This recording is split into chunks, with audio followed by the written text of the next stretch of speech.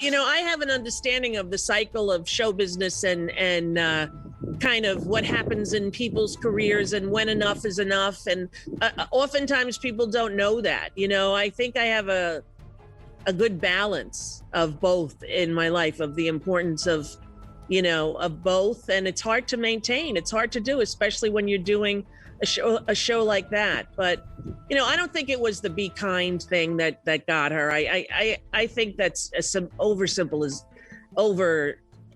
simplification, but it was a lot of things and it was complicated, and I'm glad that she's going to be finished and she can get some time to herself to just, it's a huge kind of strange thing to be on a show like that and have all that attention on you. And she had it for like 19 years. So come to find out, there's not that much Hollywood in Hollywood. The Hollywood in my mind is not the Hollywood in real life. I want to talk about things. If Bill Cosby is accused of sedating and raping all these women and it's the number one story in the news, I want to talk about that, yes. Celebrity culture has, I think, collapsed at this point, and I think that's a death that needed to happen, because the amount of excess, the amount of debauchery is. Have they made progress with the strike? They're picketing right now, so I think it's the early stages. I would think it might take a little bit with this one. When someone crosses the writer strike, that's some dirty shit. They cross the picket line. Yeah, I haven't seen anybody doing that yet. I think Ellen did. I had a buddy of mine who was writing on Ellen. Everybody kind of knows now what she's really all about. And that's another one of those. Like, press. I'm so nice and I'm so sweet. Being behind the scenes. For nearly 2 decades, Ellen DeGeneres was untouchable. She wasn't just a talk show host. She was a brand, a symbol of positivity, a celebrity powerful enough to shape careers, influence media narratives, and dominate daytime television for years. Every afternoon, millions of people welcomed Ellen into their homes. She danced with celebrities, gave away gifts, made audiences laugh, and repeated the same message over and over again. Be kind. But behind the cameras, another story was slowly building. Former employees started speaking out. Comedians began hinting at uncomfortable experiences. Old friends became distant. And eventually, 2 women who knew Ellen personally started saying things that completely changed how the public viewed her. Rosie O'Donnell, Kathy Griffin, 2 outspoken Hollywood insiders, both openly questioning whether Ellen's public image was ever real at all. And now, resurfaced interviews, podcast clips, social media posts, and internet investigations have reopened one of Hollywood's most uncomfortable conversations. He asked her, and Kelly and I were in bed watching it, and he asked her, whatever happened to Rosie O'Donnell? Her show went down the tubes. And Ellen said, I don't know, Rosie. We're not friends. And that was like one of the most painful things that ever happened to me in show business in my life. I couldn't believe it. I did think that she was all of a sudden in the position I was in, where she was starting a show and wanted it to be successful and get the money and the accolades that came with it. And instead of deciding to stand next to me and hold my hand, which is what I did to her, she did the opposite. And I couldn't believe it. Both of them are ridiculous. Who thinks that antiquated way that you're going to find your love in a paradise island and it's going to last forever? Long before scandal surrounded Ellen DeGeneres, she and Rosie O'Donnell represented something groundbreaking in Hollywood. During the 1990s, both women changed television history. Rosie became one of America's most successful daytime personalities. Ellen became a cultural icon after publicly coming out during a time when doing so could destroy a career overnight. Together, they represented progress, 2 powerful women succeeding in an industry that often punished authenticity. And for years, audiences assumed they respected each other deeply. But according to Rosie, things behind the scenes were very different from what the public saw. Wrote, quote, thanks to the Epstein files, we now know that Ellen DeGeneres is the most prolific cannibal. Hollywood staying silent. Now we understand why she left the United States. Another described a supposed disturbing discovery and claimed she was given a title no one wanted to know existed. Some posts even shared edited or distorted images of DeGeneres to amplify the shock value. But here's what's critical. There is no evidence in the Epstein files that supports any claim of cannibalism. A community note added to one of the viral posts states clearly, quote, "There is no evidence DeGeneres engaged in cannibalism." According to Rosie O'Donnell, the relationship changed forever during a 2004 appearance Ellen made on Larry King Live. Larry King casually asked Ellen about Rosie, and Ellen responded with a sentence that Rosie says she never forgot. "We're not friends." To most viewers, it sounded harmless, but for Rosie, it felt deeply personal. Years later, she admitted the moment genuinely hurt her emotionally, not because they were best friends, but because Rosie believed there was mutual respect between two women who had survived the same brutal entertainment industry. And from that moment on, Rosie began looking at Ellen very differently. And circulating on X, formerly Twitter, after the U.S. Justice Department announced it had released all available files related to convicted sex offender Jeffrey Epstein. Those files reference hundreds of names across investigative materials, and almost immediately, conspiracy posts began to explode. One viral post claimed, quote, "The Epstein files expose Ellen DeGeneres as Hollywood's most prolific cannibal. She ate children's flesh." Another post declared, quote, "Epstein files name Ellen DeGeneres the most prolific cannibal. Vampires are real."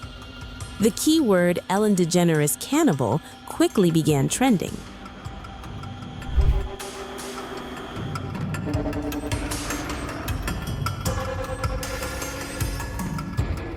More posts. While Rosie slowly stepped away from daytime television, Ellen's empire kept growing.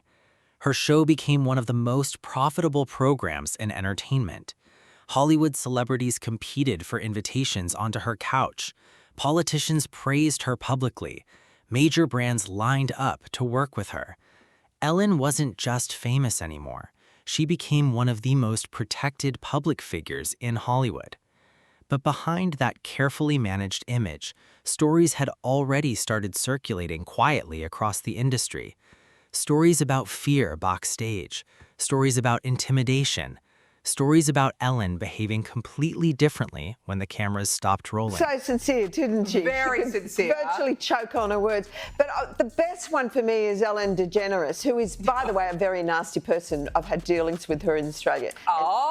Bit of could I tell you some stories about that cow? But anyway, good riddance to her. But she was quite friendly with that P. Diddy bloke, wasn't she? Well, this is why I say release the Diddy files. Yeah. Release the Diddy files. Come on, Donald Trump. We want to know whose name. So maybe she's hightailing out of there before all that is thrown at her as well. But what a bunch of hypocrites. That you're obsessed with. That how many did you get the whole cast of Ocean's 8 to do Not this? everybody. Okay, good, smart ones. Just those that I thought would appreciate it. Okay, explain what it is.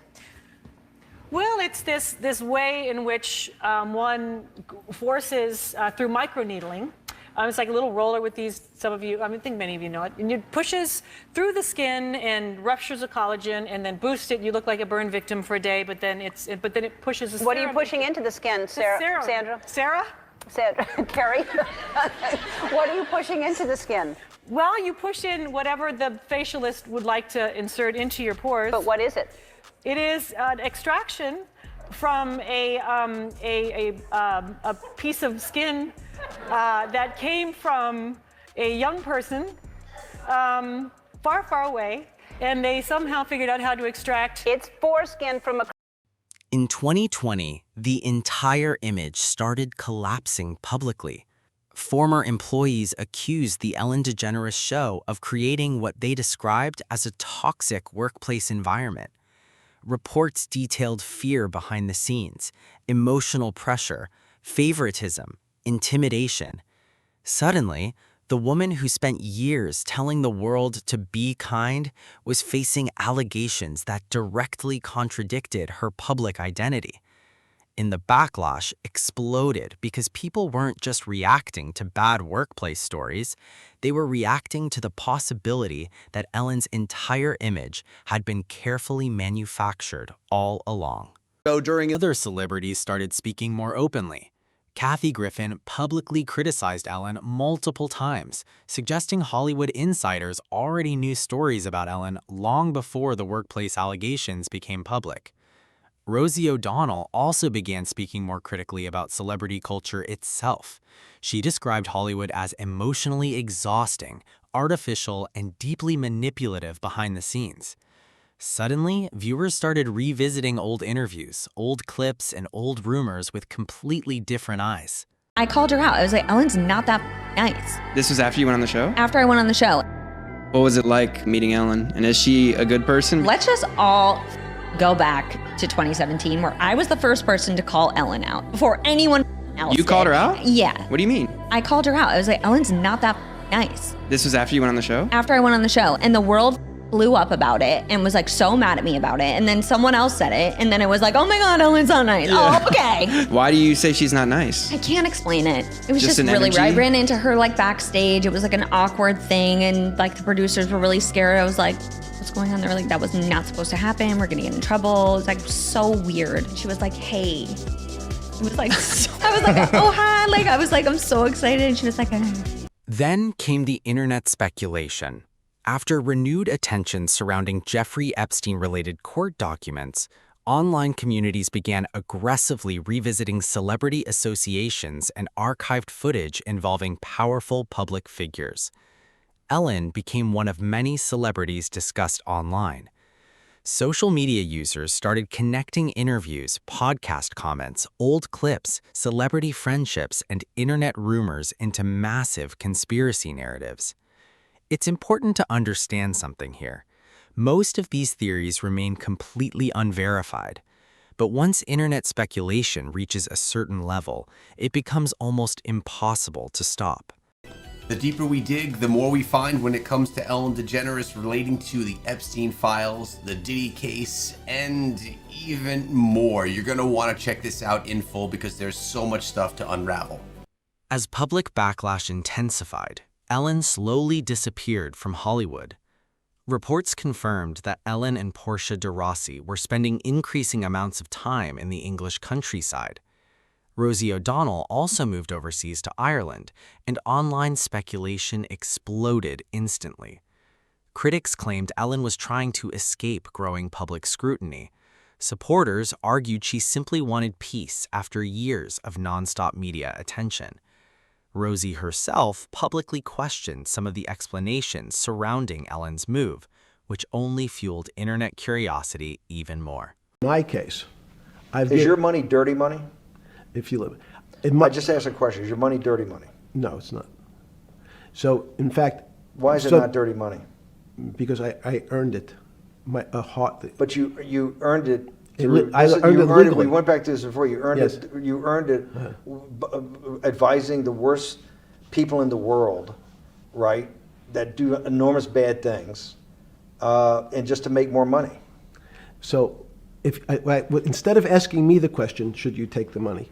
Because I think it's a legitimate question. Do you think it's a legitimate question? Yes, no Why? question. Because I think about, ethics is always a complicated subject, but I can tell you that with the money I gave to help try to eradicate polio in Pakistan and India, instead of asking me whether that money should be given to these children for vaccines, I think you might want to ask their mothers who received the vaccine, who know their child now won't get polio, and ask them if Epstein should have helped these people with their money. If we walked in, you're a mathematician. You're a mathematician. We walked into that clinic where they're giving that money out to these people that are in the most dire straits of poverty and sickness, and told them that the money was coming from class 3 sexual predator? Tier 1. Tier 1's the highest and worst? No, I'm the lowest. I'm the lowest. You're the lowest. Okay, Tier 1, you're the lowest. But a criminal. Yes. That the money came from them. What percentage of people do you estimate? I understand you don't like probabilities. Do you estimate would say, I don't care, I want the money for my children? I would say everyone said, I want the money for my children. Did they know where the money came from? I think if you told them, if I told them the devil, 100%. the devil himself. The devil himself said, I'm going to exchange some dollars for your child's life. Do you think you're the devil himself? No, but I do have a good mirror. It's a serious question. Sorry. Do you think you're the devil himself? I don't know. Why would you say that? Then came another heartbreaking chapter. After the tragic death of Stephen Twitch Boss, online discussions involving Ellen intensified again. Twitch had become one of the most beloved personalities connected to Ellen's show, and after his passing, internet users revisited old stories surrounding stress, workplace culture, and emotional pressure behind the scenes. It's important to be clear, no official reports linked Ellen to his death, but social media speculation surrounding Hollywood pressure and celebrity culture continued growing rapidly. The image of the temple that was on the island. Look at it. Oh, well, you know where that is too, right? It's a similar image to that, right? No. I know Jamie does. What is it? It's on the set of a famous talk show that's now not on anymore. Oh, Ellen? Was that Ellen? Yeah. Really? Ellen didn't just have a television studio. At this point, the story stopped being just about Ellen DeGeneres. It became about celebrity culture itself. Audiences no longer trusted carefully controlled public images the way they once did. Every apology became suspicious. Every celebrity friendship became analyzed. Every resurfaced interview suddenly looked different in hindsight. Rosie O'Donnell and Kathy Griffin weren't just criticizing Ellen anymore. They were questioning an entire Hollywood system built on image management, silence, and power. DeGeneres feeling the heat as more employees, past and present, from her show say that they were working in a toxic environment. Some Hollywood actors also speaking out against the talk show host. Rosie O'Donnell says Hollywood changes people. Kathy Griffin says powerful celebrities are protected for years. Former employees say Ellen's backstage behavior didn't match her public brand. Supporters argue internet speculation has gone completely out of control. But regardless of which side people believe, one thing is undeniable. The Be Kind empire never fully recovered. Do you think Rosie O'Donnell and Kathy Griffin were warning people about Ellen for years? Or do you think social media speculation completely spiraled out of control? Let us know your thoughts below. And if you want more deep Hollywood investigations, celebrity controversies, and untold entertainment industry stories, subscribe now.